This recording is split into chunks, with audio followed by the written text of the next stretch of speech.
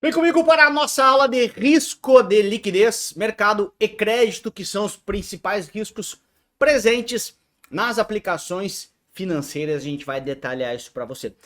Bom, deixa eu ir por parte, tá? Olha só, em geral, principalmente quando eu tô lá na minha aula presencial, agora faz muito tempo que eu não dou, mas eu pergunto assim na aula, né? Pô, e aí? O que é risco, né? E a galera começa a responder ali, aqueles um pouco mais extrovertidos, e a galera pega e fala assim: chance de dar algo errado, chance de perder. Justamente essa primeira quebra de paradigma que a gente tem que ter aqui na nossa conversa. Se risco fosse tão somente chance de perder, chance de dar errado, ninguém compraria, ninguém assumiria risco. Faz sentido, faz muito sentido. Então, risco não é a chance de dar errado, risco não é a chance de perder, risco é a possibilidade de algo sair diferente daquilo que você imaginava. Mas isso também pode ser bom, senão ninguém assumiria risco. Esse é o nosso início de aula. Então pensa comigo o seguinte, tá? Vamos supor que você, de onde você está, ok? Até a praia, que você queira passar o final de semana lá, você leve 1 hora de carro, ok? Essa 1 hora que você leva, você tem que andar a 100 km por hora, tá bom? Esse é o seu caminho normal. Então, você investe, na teoria, você investe 100 km por hora e o seu retorno é chegar em 1 hora. Legal. Como que eu posso aumentar o meu retorno? Ou seja, como que eu posso ter um benefício maior? Que aumentar meu retorno. Ao invés de 1 hora, eu quero chegar em 30 minutos. Ou seja, ter mais retorno. Só tem um jeito. Aumentar o seu risco. Que ao invés de 100, você ir a 200 por hora. Perceba, você teve um retorno melhor, chegou mais cedo. Mas com isso teve que aumentar o seu risco. E por que você aceitou mais risco? Porque você tem a possibilidade de chegar mais cedo, um retorno maior. Então, risco não é só a chance de perder, senão você nunca andaria 200 por hora, nesse meu exemplo aqui, tá? Risco, então, é a possibilidade de ter um resultado diferente do que inicialmente você esperava. E esse resultado diferente, ele pode ser melhor, né? Pode ser um resultado bom ou, logicamente, ruim. É justamente isso que é risco. Porque você não tem certeza do que vai acontecer. Quando você tem certeza, não é risco. Então, risco é a possibilidade de algo sair diferente do que você espera. E esse risco, ele não pode nunca ser totalmente eliminado, totalmente dizimado. Você consegue, por meio de diversificação, reduzir o risco, mas nunca existe risco zero. Não tem como você chegar em risco zero, beleza? Legal. E Lucas, quais são, então, os principais riscos? O primeiro é risco de liquidez. Risco de liquidez, pensa, quando não tem liquidez, o mercado está seco, sem água, sem líquido. O que é o mercado seco? O mercado seco é quando eu pego esse celular aqui e falo: quem quer comprar o meu celular? Cri, cri, cri. Ninguém quer comprar. O mercado está seco, não tem compradores. Então, o risco de liquidez é quando eu tenho muita gente demandando eventualmente, pouca gente ofertando. E pode ser o contrário também, né? Eu dei um exemplo aqui que eu estou ofertando e ninguém quer comprar. Pode ter um exemplo de muita gente querendo comprar e ninguém querendo vender. Então, é quando tem esse desequilíbrio entre oferta e demanda. O mercado está seco. Então, pô, você colocou lá um celular para vender. Teve somente uma oferta de compra. Você colocou uma LCI para vender, ninguém interessado em comprar. Você colocou um CDB para vender, ninguém interessado em comprar, é risco de liquidez. E aí, como tem esse desencaixe, ninguém está interessado, você começa a baixar o preço. Alguém compra essa camiseta por 100 reais. Não. Bota por 80. Não. O preço vai caindo, entende? Ou ao contrário, logicamente, né? Quando só tem um vendendo e pouca gente. Quando só tem um vendendo e muita gente querendo comprar, vai subindo o preço. Então isso é risco de liquidez, quando o mercado está seco. Já o risco de mercado, olha só, o risco de mercado ele inicia aqui, sobe, vem aqui, cai, vem aqui, sobe, vem aqui, cai. ele formou um M de mercado por oscilações naturais de mercado. Então, quando muda a taxa de juros, por exemplo, quando muda cenário, por exemplo, tudo isso é risco de mercado, que vai mudando o valor do meu título, tá? Então, por exemplo, aqui no dia 22 de outubro, eu tinha 100 mil reais e esses 100 mil reais estavam distribuídos em 4 títulos. No dia 22 de novembro, os mesmos 4 títulos estavam valendo 80 mil. Perceba, eu não vendi eles, eu não tentei ofertar eles, eu não tentei de qualquer forma transformar eles em dinheiro. Mas mesmo assim, por condições naturais de mercado, eles oscilaram. Então, por questão de mercado, esse título sofreu variações no seu preço. Isso é o risco de mercado, tudo bem? Então, risco de mercado, quando por condições naturais o preço do meu ativo, o preço do meu carro, da minha LCI, do meu CDB está alterando de preço, e risco de liquidez, quando eu tenho desencaixe entre compradores e vendedores, ou entre vendedores e compradores, tanto faz, tá bom? E aí, se a gente for ainda falar em risco de liquidez, né? O que é liquidez, né? Liquidez é transformar o meu ativo em dinheiro, né? Então, por exemplo, né? Vamos supor que eu, Lucas, eu tenha 2 investimentos, tá? 2 investimentos, tá? Eu tenho 100 mil num imóvel, ok?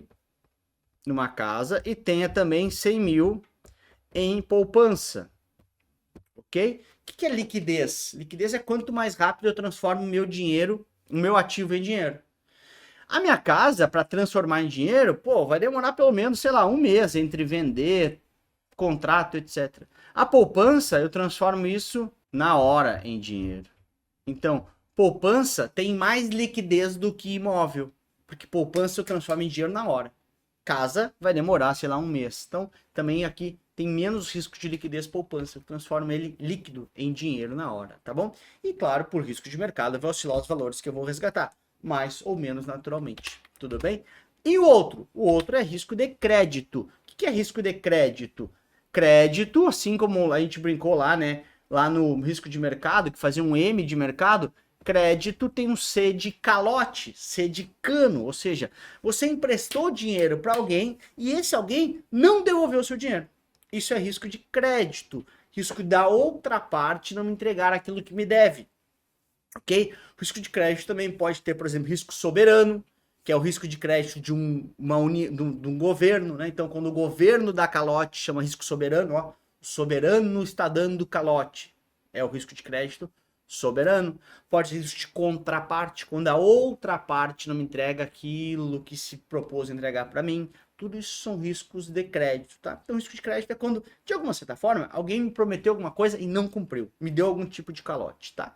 Para o mercado financeiro, dentro do risco de crédito, existe, o seguro, né? Que é o Fundo Garantidor de Crédito.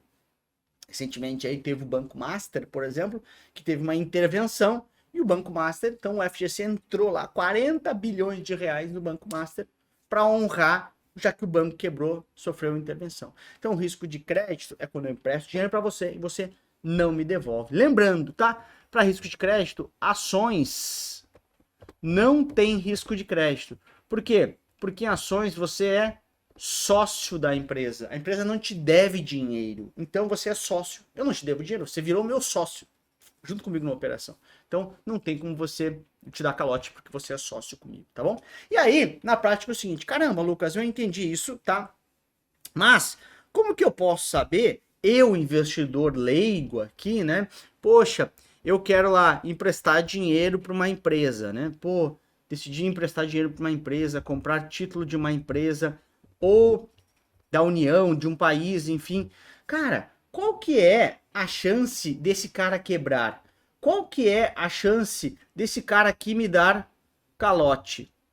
Né? Vamos supor que esse cara aqui não entenda de mercado financeiro, esse cara seja um cara totalmente de outra área, sabe? Da área de medicina, da área do esporte, mas não entende nada de finanças. Como é que eu vou saber se essa empresa aqui, vamos supor, quem está emitindo esse título aqui, quem está emitindo esse título de captação, né, que vou emprestar dinheiro, é a própria LS Educação, tá? A minha empresa aqui.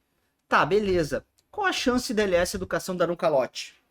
Esse cara aqui teria que, para analisar a chance da LS dar calote, pegar o balanço da LS, pegar as projeções do mercado, entender da conjuntura econômica.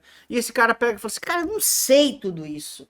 Eu tô simplesmente vendado. Para isso, se criou as notas de crédito, que são os ratings de crédito. Os ratings de crédito nada mais são do que notas que vamos dizer, uma nota do colégio, né? Que vamos dizer a chance de calote. Chance de calote. Ou seja, os ratings de crédito são uma simplificação para que eu não precise parar e ver todo o balanço da empresa, analisar todo o mercado. Eu tenho 3 agências grandes, Fitch, Moody's e Standard & Poor's, que fazem toda essa análise para mim, que analisam toda a empresa para mim e me dão, de uma forma bem simples, a chance de uma instituição quebrar. Então, pega aqui Standard & Poor's, por exemplo. Então ele pega assim, é que nem conceito de colégio, tá? Qual o conceito máximo do colégio? Nota A. Aí quanto mais A, melhor. Aí vai diminuindo um pouco os As, vira B, vira menos B, menos quantidade de B, começa com 3C, menos quantidade de C, até D. E aí aqui, quanto mais para baixo for, mais arriscado é. Portanto, quanto mais arriscado, mais retorno exigido. Porque, de novo, lembra do nosso início, por que eu aceito o risco de andar a 200 por hora? Porque eu vou ter um retorno de chegar ao invés de 1h30. Eu só aceito mais risco se tiver mais retorno. Porque pensa comigo, olha, você vai agora e é 200 km por hora para a praia. Pô, é mais arriscado. E você vai chegar também em 1 hora. Ninguém aceitaria isso. Porque você vai ter mais risco com o mesmo retorno. Então, você só aceita mais risco se tiver mais retorno. Então, sei lá, uma empresa que está aqui, capta, vamos inventar, tá? Sei lá, 13% ao ano. Uma empresa que está aqui vai captar a 20% ao ano. Estou inventando esses números, tá? Por quê, gente? Porque aqui tem mais risco. E se tem mais risco, ele tem que te dar mais retorno. Ok? Então, os ratings de crédito, que nada mais são do que notas simplificadas para que você não precise analisar toda a empresa, quanto mais As, melhor. AAA é o cara mais seguro que tem, o grau de investimento, qualidade alta, tudo bem. E aí você vai perdendo As, né? Quanto menos As, vai ficando pior. Depois 3B, depois 3C e assim vai. Quanto menos letras, pior. Quanto mais letras, melhor. E quanto mais A, melhor. Conceito da escola, igual. Então aqui é mais seguro. Só que se é mais seguro, é lógico, né? Se é mais seguro, tem menos graça. Então, faz um parque de diversões. Qual que é o mais seguro? Carrossel. Tem graça nenhuma. Isso é Natal, né? Mas pode ser. Porra, não tem graça nenhuma. Eu não estou suportando mais. Na montanha-russa é mais risco. Rapaz do céu, o bicho pega. Mas tem mais retorno, você se diverte muito mais, tá bom? Então essa é a relação de risco e de retorno. Beleza, rapaziada? Dito isso, finalizo com essa mensagem. Você é sua maior empresa. É louco isso, tá? Não tô falando pra você empreender. Mas tô falando que quanto mais você investe em você, mais essa empresa chamada você fica robusta e mais grana você faz. Às vezes, um aluno para e me pergunta assim, Lucas, estou desmotivado. Minha empresa não paga curso pra mim. E eu, é mesmo? Ela não investe em mim. Aí eu pergunto, e você investiu quanto em você? No último ano. Tá ruim, Lucas, não investi. Nos últimos 2 anos. Não fiz nenhum curso, Lucas. Claro que não é o seu caso que tá aqui, mas quero que você entenda essa mentalidade, tá? Nem você investe em você e você quer que alguém invista em você. Invista em você, cara. Você é sua maior empresa. Vale a pena investir em você. É o único investimento certeiro em educação. Fala aí, tubarão, que demais que você chegou até aqui. Você sabe que a grande maioria das pessoas, não só em aulas, mas não chegam até o final. Elas param na metade, simplesmente assim. Pois bem, se você gostou, deixa o seu like aqui nesse vídeo. E também eu quero te dizer que essa aula aqui faz parte do meu curso completo para as novas certificações da Ambima, que estão todos esses cursos disponíveis lá no meu site, tá bom? Então, super beijo, clica aqui embaixo e vem comigo, porque no meu curso completo você tem acesso a todas as aulas, não só essa aqui. Valeu, tamo junto e até a próxima. Fui!